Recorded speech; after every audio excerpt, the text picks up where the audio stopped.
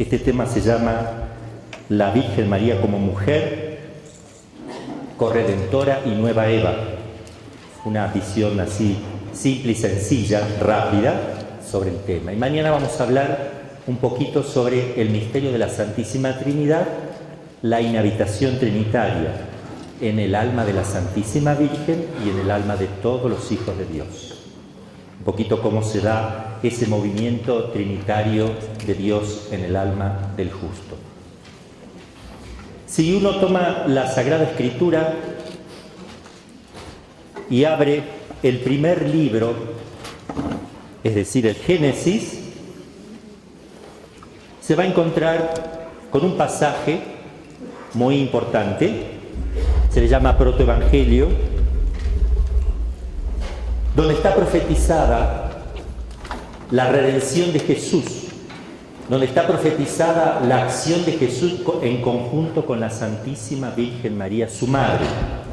El texto es Génesis 3:15 y dice: pongo perpetua enemistad entre ti y la mujer, le dice Dios a la serpiente. Esa serpiente es el demonio, ya porque haya tomado posesión de una serpiente, de un animalito para hablar, o bien se aparece en forma de serpiente, pero el que habla, esa persona, es el demonio Satanás, como dice el Apocalipsis, la antigua serpiente llamada Diablo y Satanás.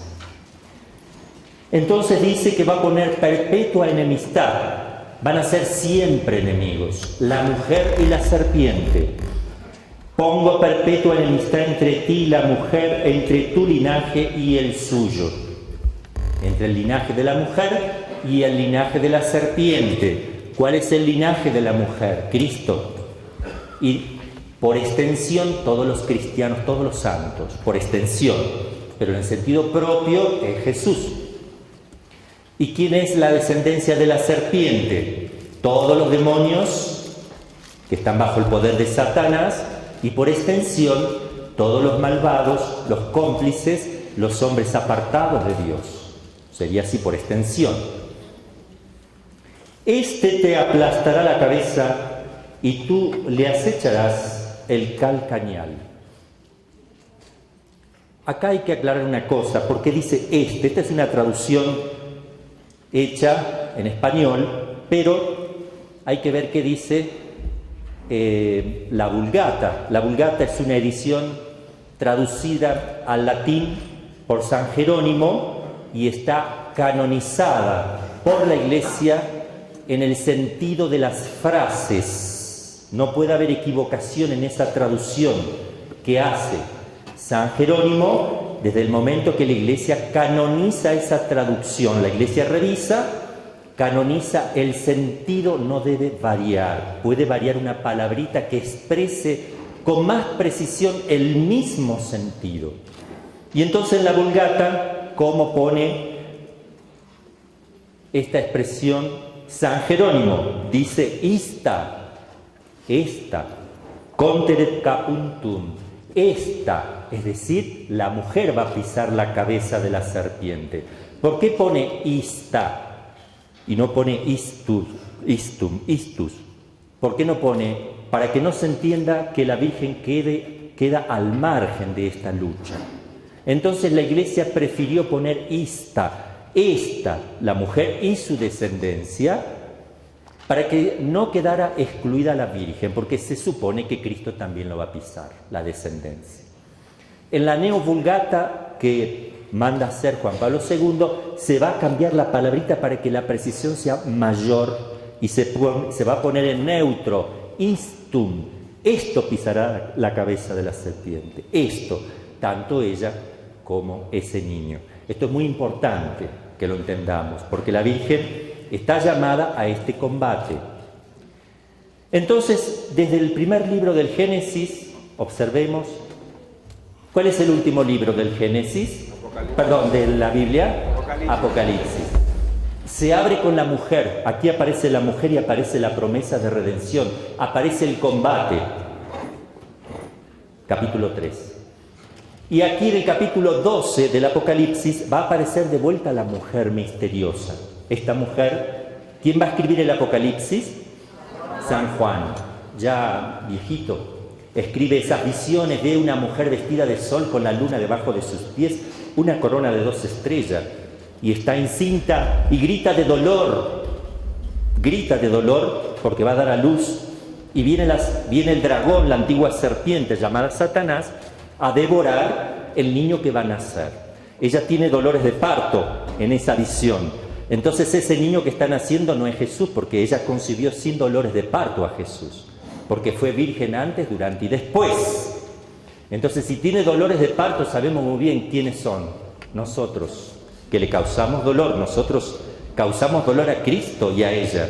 A ella se le atraviesa una espada al corazón para colaborar en esa obra redentora. Ya vamos a explicar esto.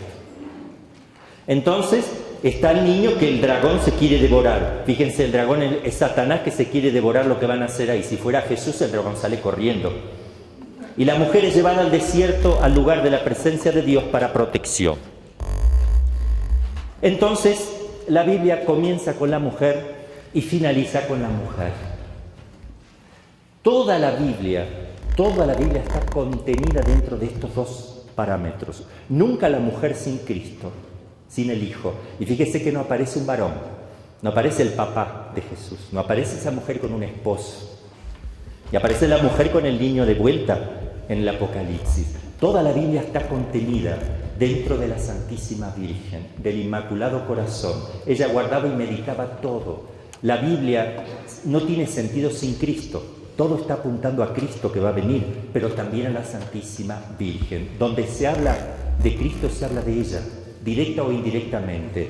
Toda la Biblia habla de Cristo, pero también toda la Biblia habla de María. Y si uno piensa que San Juan, el discípulo amado de Jesús, un jovencito de 15 años aproximado, que cuando Jesús estaba muriendo en la cruz, 3 años más, 18 años, era puro, Jesús lo quería muchísimo, era el discípulo amado, dejó que recostara su pecho en el corazón de Jesús para que escuchara los latidos del corazón de Jesús. Hay un proyecto, hay algo, se lo está preparando a su discípulo amado. Y entonces, ¿para qué lo prepara? Porque después le va a dar que cuidara a su Santa Madre en la cruz, le va a pedir que la cuidara. Y San Juan va a reconocer en la Santísima Virgen, en el corazón inmaculado, los latidos del corazón de su Hijo, porque dice que el corazón de un niño en el vientre de la madre comienza a latir por el impulso del corazón de la mamá. Los 2 corazones van latiendo al unísono, y entonces San Juan es preparado para cuidar de manera particular a la Virgen, y Cristo lo trata de una manera particular, dejando que este discípulo pudiera escuchar los latidos de su corazón. Está todo lo que se llama el misterio del corazón de Jesús y el misterio del Inmaculado Corazón, que sería otro tema a tratar. Entonces, así como la Biblia empieza con la mujer y termina con la mujer, San Juan va a hacer lo mismo. El discípulo amado que va a cuidar de la Virgen va a hacer lo mismo. Va a empezar con la mujer y va a terminar con la mujer en San Juan. Capítulo 2 de San Juan, donde Cristo empieza su vida pública. Capítulo 2 de San Juan, versículo 1. ¿Qué pasa allí? La Virgen aparece como medianera, intercesora ante Cristo. Se acerca a Jesús y le dice: no tienen vino. Y antes de que diga algo de lo que dijo Jesús, voy a aclarar. Nuestros hermanos separados dicen que Jesús trató a la Virgen como la mujer, la despreció. En lugar de decirle mamá, le dijo mujer. Cosa que hay una gran ignorancia bíblica, histórica bíblica. Todo el Antiguo Testamento estaba pensando: ¿quién será esa mujer que va a pisarle la cabeza a Satanás? ¿Quién será esa mujer que no tiene marido humano, que va a tener una descendencia, que también un niño pisará la cabeza de la serpiente, la descendencia de esa mujer? ¿Quién será esa mujer? El niño, sabemos, será el Mesías. La mujer sabemos que es la madre del Mesías, pero no la conocemos en concreto, pero va a aparecer esa mujer. Entonces, cuando estaban esperando la llegada del Mesías, también estaban esperando la llegada de esa mujer misteriosa. No a cualquier persona de sexo femenino se le decía mujer. Cuando se le decía mujer era para honrarla, porque podría ser la mujer la mamá del futuro Mesías.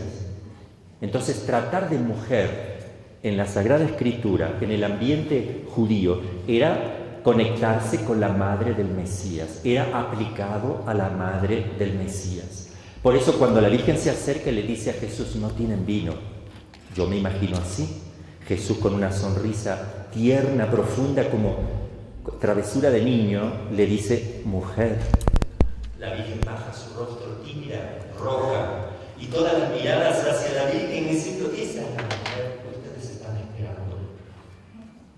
Y todos estaban los apóstoles allí. Mujer, ¿qué tenemos que ver nosotros? Ahí sí que tiene que ver mucho. Y todos están mirando a la mujer. Fíjense que termina el texto diciendo que los apóstoles a través de este milagro creyeron en Cristo. Este misterio se lo denomina la Iglesia como autorrevelación de Jesús. Se autorrevela porque indica quién es la mujer. Por tanto, ella es la mujer, entonces él es el Mesías. Y entonces la Virgen solamente le dice a los sirvientes, hagan lo que él diga. Ahora es interesante porque la Virgen lo va a introducir a Jesús en la vida pública. Ella comienza el combate de su hijo. Porque ese era el primer milagro para comenzar oficialmente la vida pública de Jesús. Jesús habla de la gran hora. No ha llegado la hora en que el Hijo del Hombre será entregado. No lo tomaron prisionero porque no había llegado su hora aún.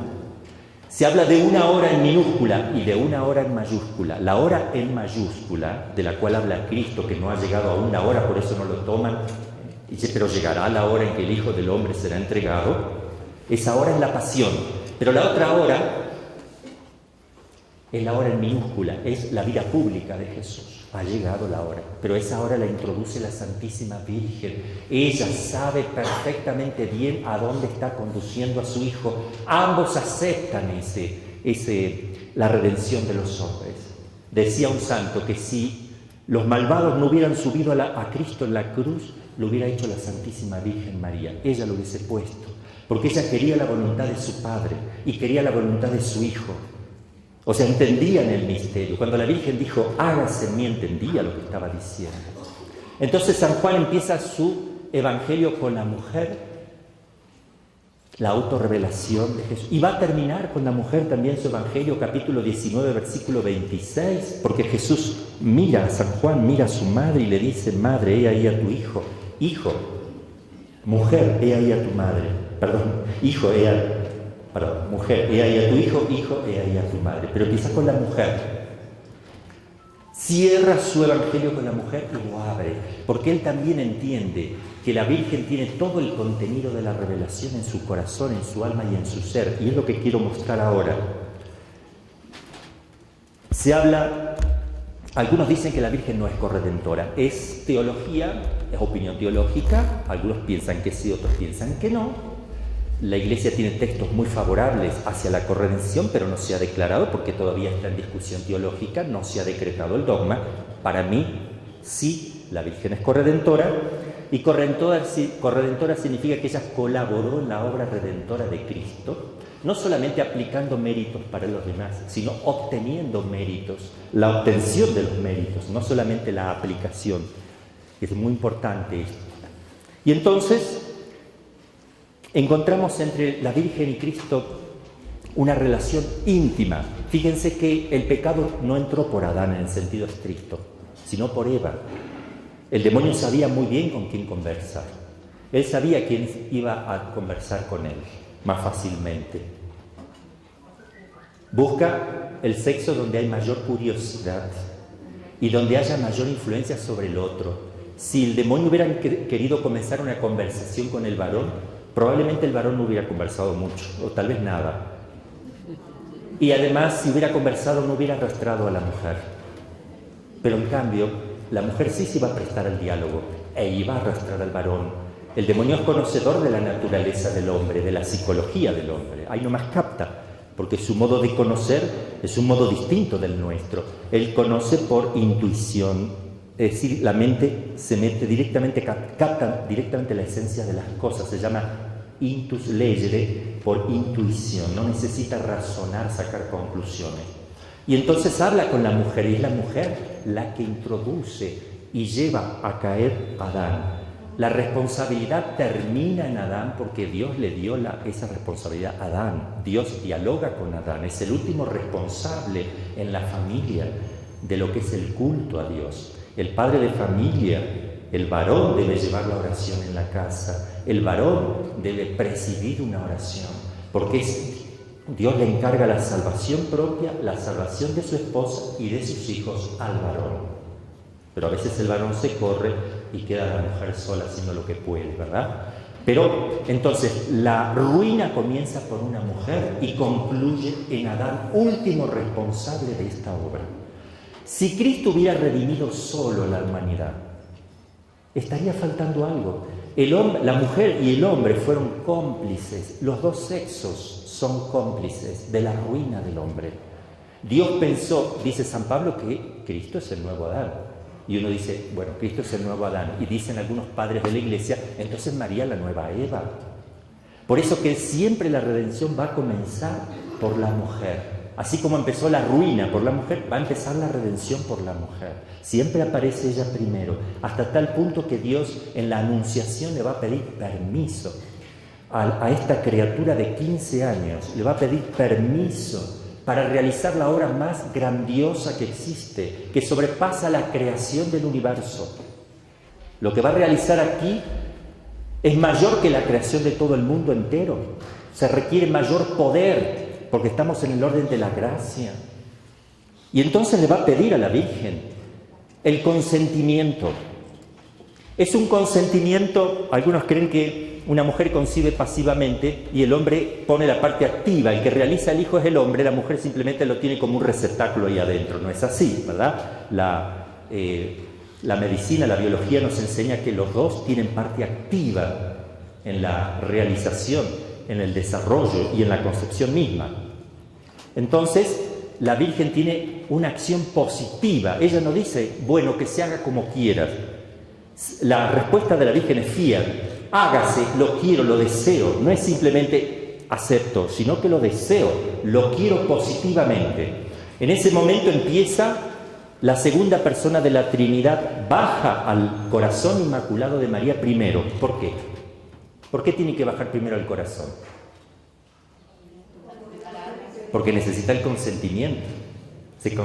El consentimiento viene por la voluntad expresada en el corazón. Ella dice, hágase. Primero se anida en el corazón y luego en su seno, ¿verdad? Cuando digo el corazón, quiere decir que la segunda persona de la Trinidad, el Hijo, va a tomar no solamente carne y sangre, va a tomar todo el ser de María, porque no hay hombre allí. Ustedes saben que el varón aporta 23 cromosomas, ¿no? Y 23 la mujer. Pero aquí tenemos todo de María, todo. El parecido psíquico, físico, moral y espiritual de esta criatura, Dios criatura, es única con su madre. Es decir, que no es simplemente... Acá hay una relación entre madre e hijo, hijo y madre.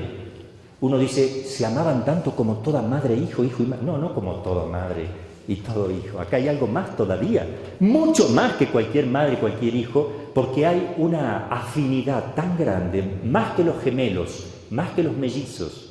Hay una afinidad única entre Jesús y María. Y podemos decir que Dios toma la naturaleza humana del ser mismo de María, de su ser mismo, para hacerse hombre. Todo lo que tiene de hombre está sacado solamente de ella. Por eso que yo digo que se puede decir así. El Verbo se hizo María y habitó entre nosotros de alguna manera, porque María es humana. Se puede decir así, porque todas las características son marianas. Jesús era el hombre más mariano. Y cuando conversaba con la Santísima Virgen, es el único caso donde el hijito... Bueno, quiero hablarle primero de esto. En la encarnación misma, cuando se produce la encarnación, Dios tiene naturaleza como nosotros. Nosotros tenemos humana, Dios tiene naturaleza divina. Es el modo que tiene Dios de actuar. es el principio de operación. Yo tengo otro principio de operación por ser humano. Tengo sed, hambre, me tengo que sentar, pero puedo hablar, etc. Un animalito tiene otro principio de operación, actúa de otra manera. Ese principio de operación es distinto en Dios, en el ángel, en el hombre, en los animalitos, en los vegetales, en los minerales. ¿Ok? Bien, eso se llama naturaleza. Dios tiene una naturaleza divina, única. El Padre, el Hijo y el Espíritu Santo, una única naturaleza divina. Pero tiene 3 yo. ¿Yo cuántos yo tengo? 1. ¿Ustedes? Bien. Dios dice, yo soy 3. Y el Padre dice yo y no lo dijo el Hijo ni el Espíritu Santo. El Hijo dijo yo y no lo dice el Padre ni el Espíritu Santo. Es lo único que se distingue en Dios, las 3 personas que son distintas, totalmente opuestas, paternidad y filiación. Entonces en Dios hay persona y hay naturaleza divina. ¿Cuál de las 3 personas baja? La segunda, el Hijo. Baja a las entrañas de María como Dios y como persona divina. El yo de Dios también baja. Su modo de actuar y su yo de la segunda persona son los que bajan. ¿Qué va a tomar en las entrañas de la Virgen? ¿Otro yo? No, no va a tomar otro yo, porque ya lo tiene ese yo. ¿Es divino ese yo o humano? Divino. Es el yo que baja, cuidado. Segunda persona, divina.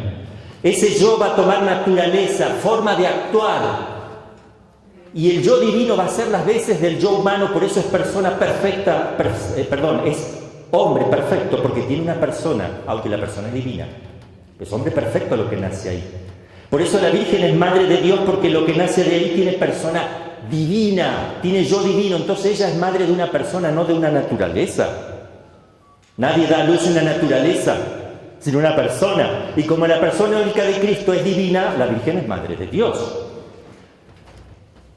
Esta segunda persona toma todo el ser de María, se alimenta de ella en toda su parte humana. Y podemos decir que así como la Virgen sale de Dios, Dios sale de María.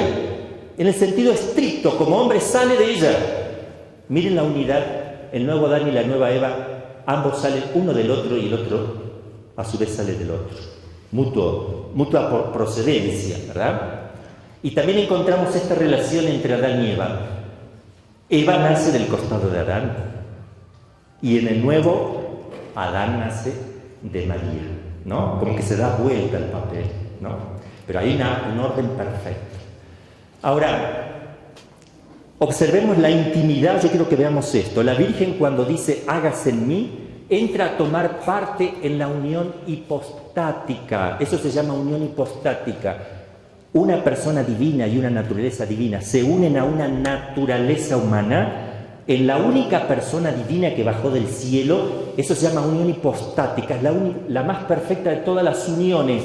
Más que el cuerpo y el alma, más que la unión de una madre con un hijo, más que la unión entre hermanos.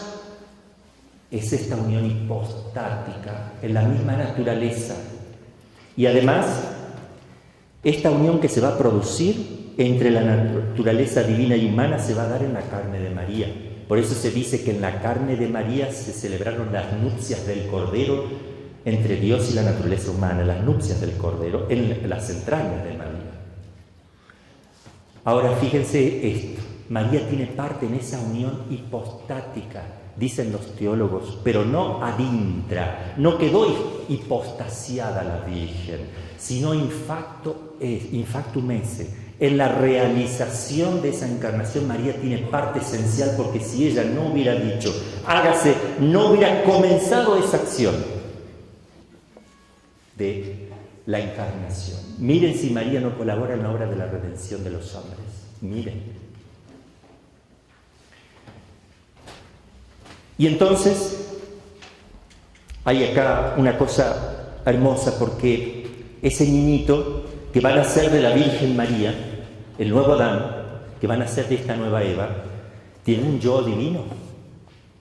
Entonces pero tiene naturaleza humana también, como tiene naturaleza divina. Entonces tenía 2 entendimientos, uno divino y uno humano, porque como hombre tiene que tener una inteligencia y como Dios la tiene también. Tenía 2 voluntades, una humana y una divina.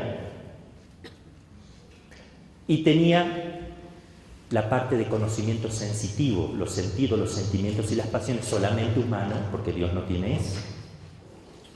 Y entonces, cuando Jesús era muy pequeñito y se ponía a llorar porque tenía hambre, ¿quién lloraba? ¿Dios o el hombre? Ah, acá se divide la cosa, ¿verdad? ¿La naturaleza no puede llorar? ¿Una naturaleza no existe si no tiene una persona? ¿Algo abstracto? ¿Tiene que llorar una persona? ¿Y cuál es la única persona que tenía Jesús? Divina. Entonces el que llora, ¿quién es? Dios. ¿Por qué llora Dios? Porque tiene naturaleza humana.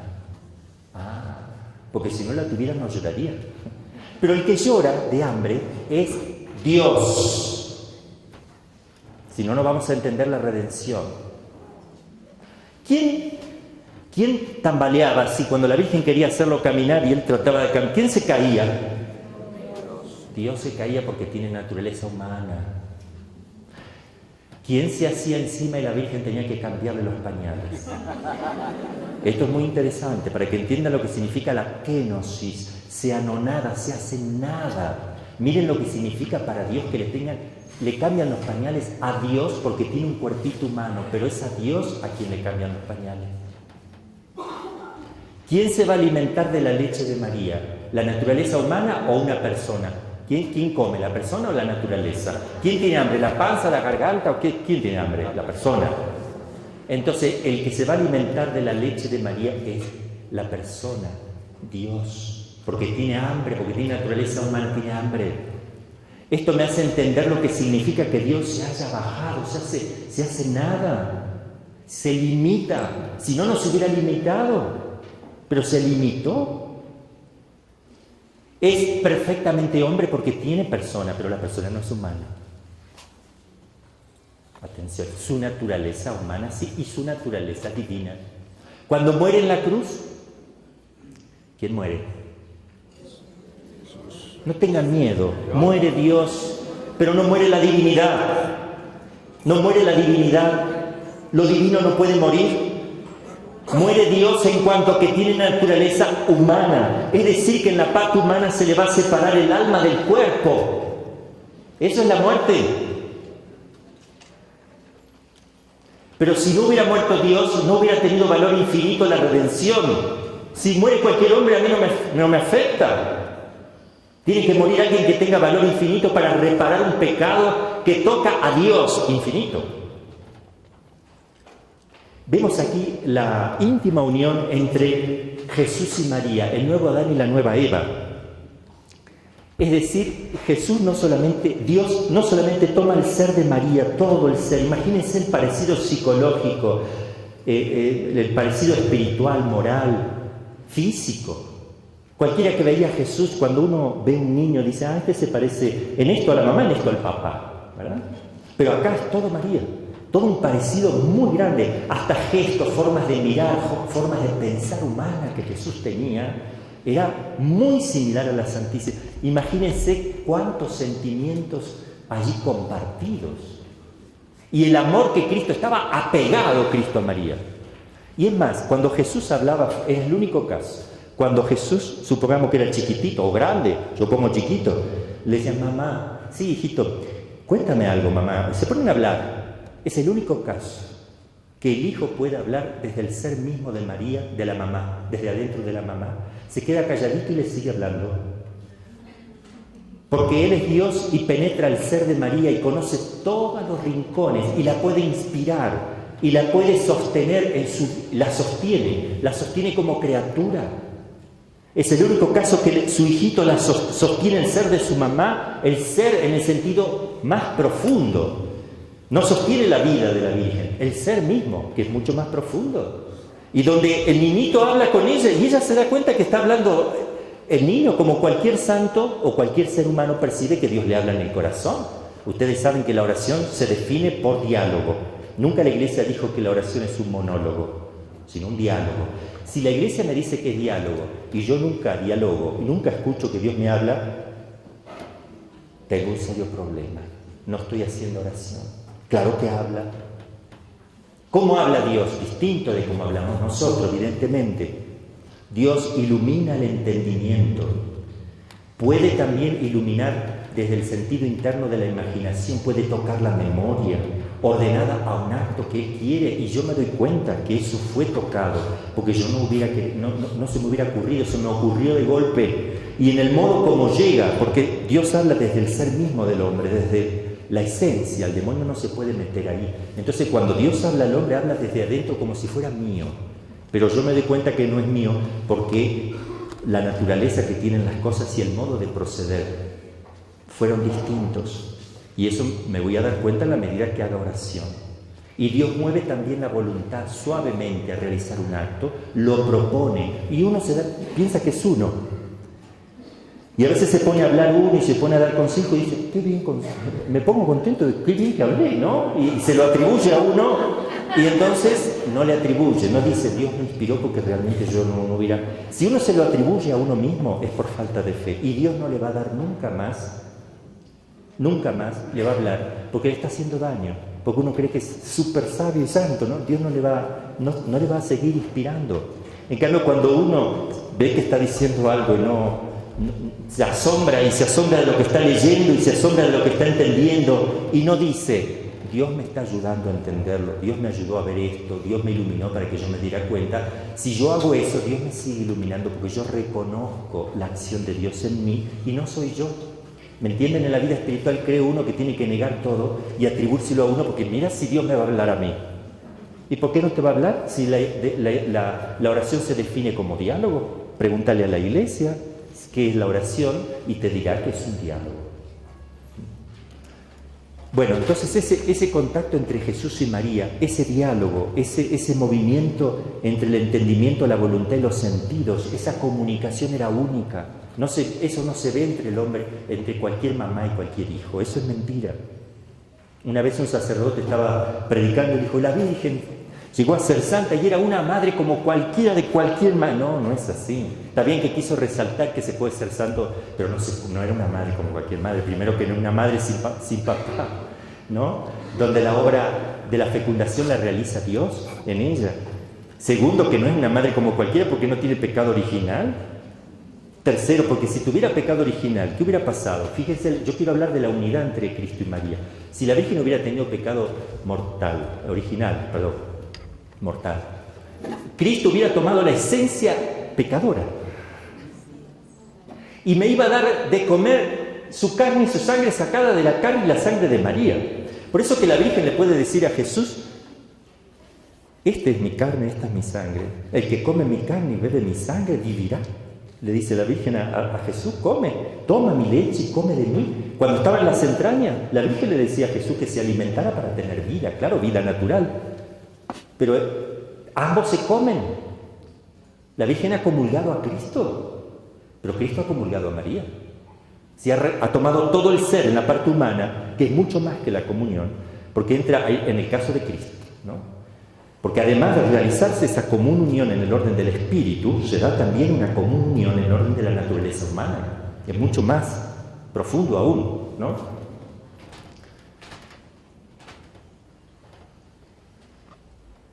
Vamos a hablar también, como decía San Luis María Griñón de Montfort en el numerito 296, lo esencial es lo interior, decía el Padre, ¿no? Nos enseñaba eso. Lo esencial es lo interior. Imaginemos el interior de María. Nosotros somos una familia religiosa que intenta rescatar todo el tema del Inmaculado Corazón, que va a triunfar, como lo dijo Jesús. La Virgen lo dijo en Fátima: mi hijo quiere establecer en el mundo la devoción a mi Inmaculado Corazón. Quien abrace esta devoción, le prometo la salvación, y serán queridas por Dios estas almas como flores puestas por mí para adornar su trono. Una promesa grandísima. Y dice, al final mi Inmaculado Corazón triunfará. Nosotros nos ponemos al servicio de ese triunfo del corazón inmaculado. Somos apóstoles, discípulos, al servicio, que nos utilice como Jesús tenía sus apóstoles, discípulos y discípulas. Así nosotros queremos que la Virgen en estos tiempos tenga sus apóstoles, discípulos y discípulas al servicio del triunfo del Inmaculado Corazón. Y ese triunfo del Inmaculado Corazón, ¿qué es? ¿Qué puede ser? ¿Qué es un triunfo para ella? Ella ya nació triunfando porque nació sin pecado concebida porque le pisó la cabeza a la serpiente. ¿Qué significa que ella no tenga pecado? Que nació sin pecado.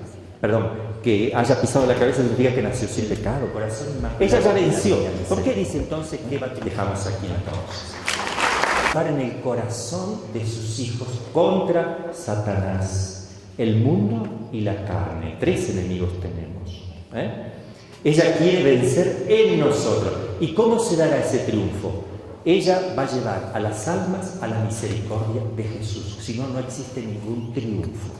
Si un alma no ve sus miserias, no las reconoce, no le pide a la misericordia de Dios que le perdone, no hay ningún triunfo. Y en concreto, ¿cómo se da eso?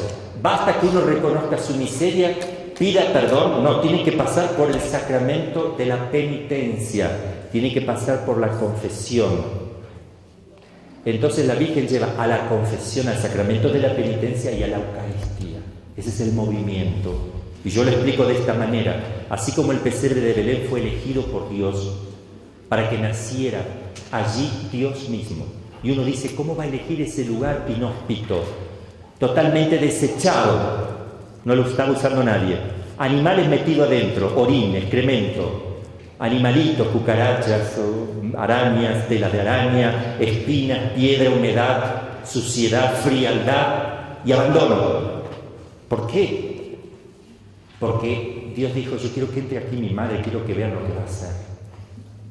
Que ella ingresara a ese lugar inhóspito, inmundo. Ella ingresó e iluminó el interior con su pureza. Con sus manos que responden al impulso del corazón inmaculado, fue corriendo paja limpia, sacando la sucia, sacando las piedras, corriendo los animalitos, sacando telas de araña. Armó una cuna con sus manos maternales. ¿Qué significa? Las manos no son nada si no están unidas a la persona. Y la persona llena de amor trabaja a través de las manos. Ese todo el amor de la Santísima Virgen puesta en esa acción, donde Dios encontró que eso era lo más bello que existía. Por eso quiso ir a ese lugar. Quiso mostrar que Él venía no por una gruta hermosa, sino porque estaba la Madre haciendo algo allí. No vino porque es el mejor lugar, era el peor.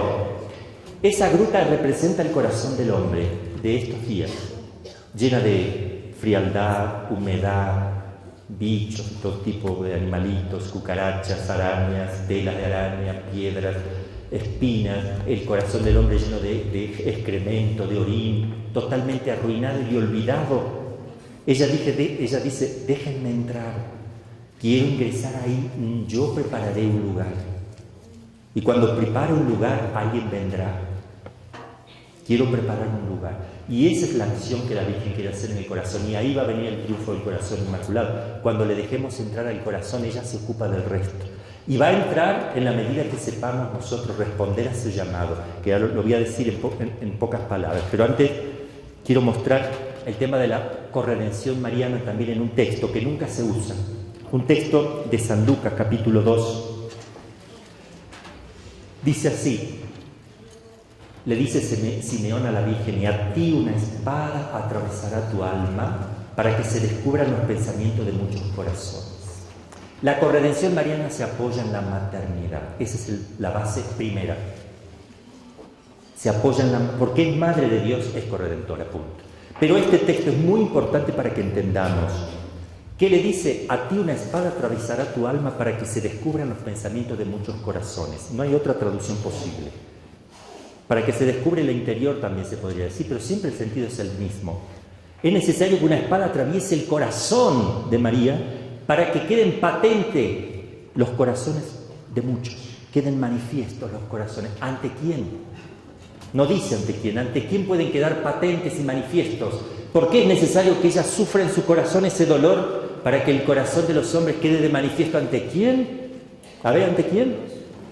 Ante Dios no puede ser porque Dios ya conoce los corazones, no necesita que una espada atraviese el corazón de María para que quede manifiesto el interior de todos los hombres. Que quede manifiesto ante ellos mismos. O sea, es necesario que María sufra eso para que yo me dé cuenta de lo que tengo adentro, tú y tú. No, porque eso me lo dice la conciencia, ya tenemos una conciencia. Entonces, es necesario que atraviese esa espada el corazón de María para que quede de manifiesto el corazón y el alma de todos los hombres ante ella. Ella es la que está padeciendo eso. Desde el momento que ella sufre eso, al pie de la cruz lo hace de forma concreta, a partir de eso tiene un derecho que Dios le otorga. Porque si ella compró con esa espada a alguien, es ella. Redimir significa volver a comprar.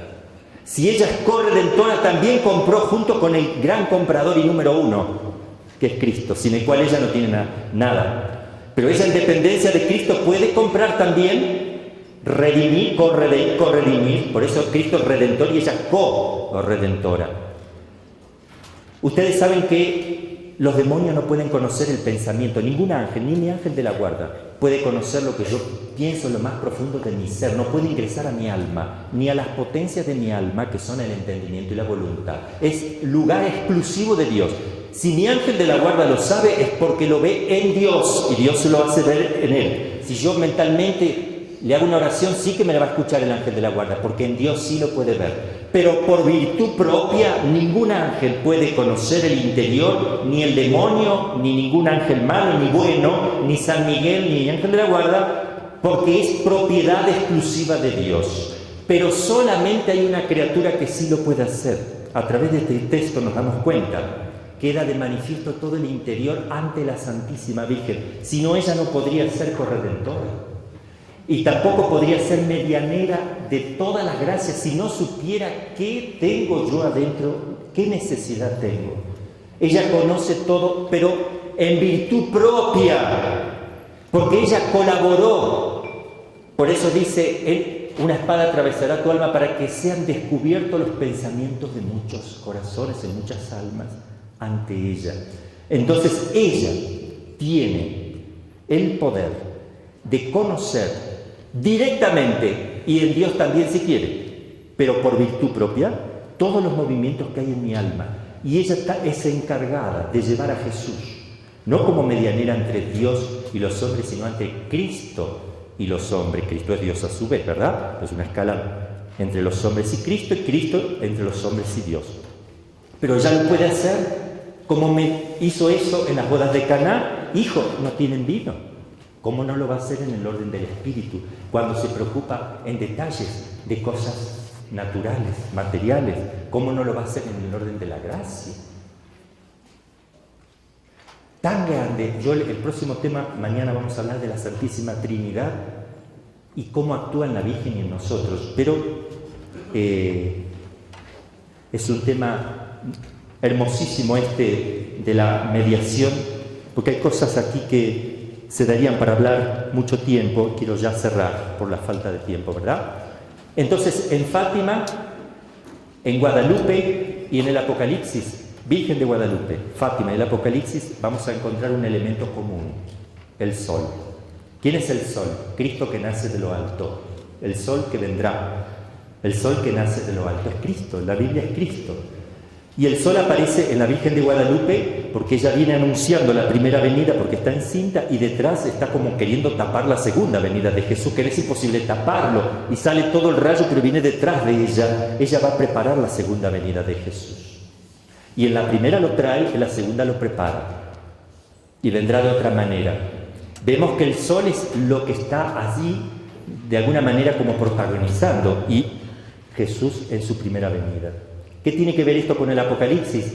Así lo describe San Juan, la mujer vestida de sol, que prepara la segunda venida de Jesús. ¿Y qué tiene que ver esto con Fátima? Ustedes saben, todas las advocaciones, todas, tienen vestiditos distintos, porque se aparecen en lugares distintos, en épocas distintas y para dar mensajes distintos. Pero siempre es la Madre de Dios, ¿verdad? La misma Virgen María.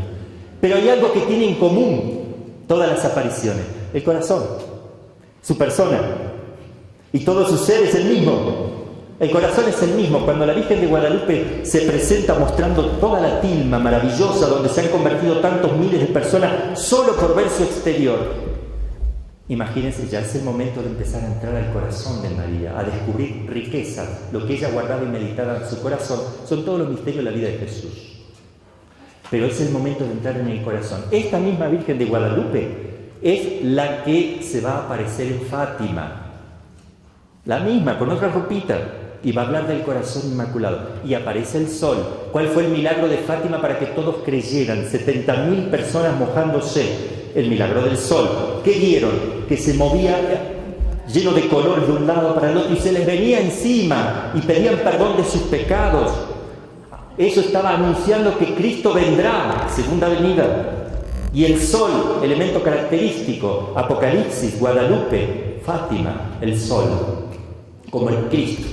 O sea, la Virgen no puede estar sin Cristo. Y ahí tenemos el sol, que es Cristo.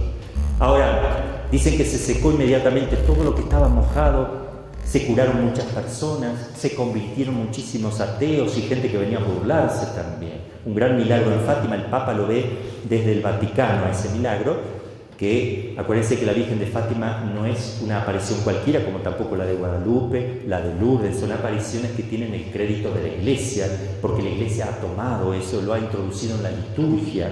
En la liturgia se reza el corazón inmaculado, se reza Nuestra Señora de Fátima, hay iglesias, hay textos litúrgicos, el Papa, todos los papas han consagrado el corazón inmaculado, aunque no todos lo hicieron bien, pero todos respondieron a esa petición, pedido por Lucía y la Virgen de Fátima a través de ella, y han ido a Fátima, han reconocido públicamente, hasta el Papa Juan Pablo II permite que el prefecto, futuro Papa, Ratzinger, de la doctrina de la fe, prefecto de la doctrina de la fe, leyera el tercer secreto, cosa que no se hace con ninguna aparición de andar leyendo los secretos, porque son revelaciones privadas. Pero acá tiene una connotación más universal, de la Iglesia universal. Sigue siendo revelación privada, pero ya tiene, digamos, el apoyo, el aval, y ya toca lo temerario, digamos, negar esas apariciones donde ya se mete en la liturgia de la Iglesia y la Iglesia lo introduce, ¿verdad? Bueno, voy a dejar aquí, porque mañana quiero hablar un poco de esa relación de la Santísima Trinidad con la Virgen, y un poquito voy a hablar del corazón inmaculado y la Divina Misericordia. Dejamos aquí entonces.